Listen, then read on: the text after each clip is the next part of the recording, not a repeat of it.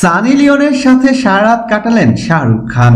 বলিউডের এ সময়ের আলোচিত অভিনেত্রী সানি লিওন বোরকা পরে তিনি ট্রেনে গিয়ে উঠলেন।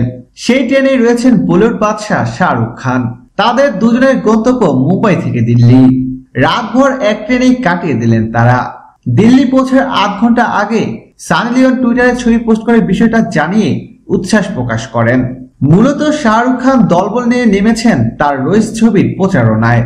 এ ছবিতে সানি লিওনের লায়লা মে লায়লা গানটি বেশ জনপ্রিয়তা পেয়েছে।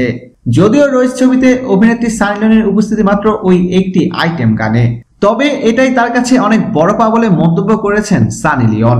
ছবির মূল নায়িকা মাহিরা খান পাকিস্তানি হয় প্রচারণায় থাকতে পারছেন না, আর এ সুযোগেই 51 বছর বয়সী বলিউড বাদশার সঙ্গে ট্রেনে চড়ে বসলেন সানি লিওন।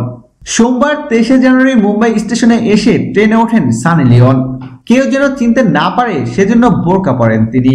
সেখান থেকে স্থানীয় সময় বিকেল 5:40 আগস্ট ক্রান্তি এক্সপ্রেসের শাহরুখের সঙ্গে ট্রেনে রওনা দেন সানি লিওন।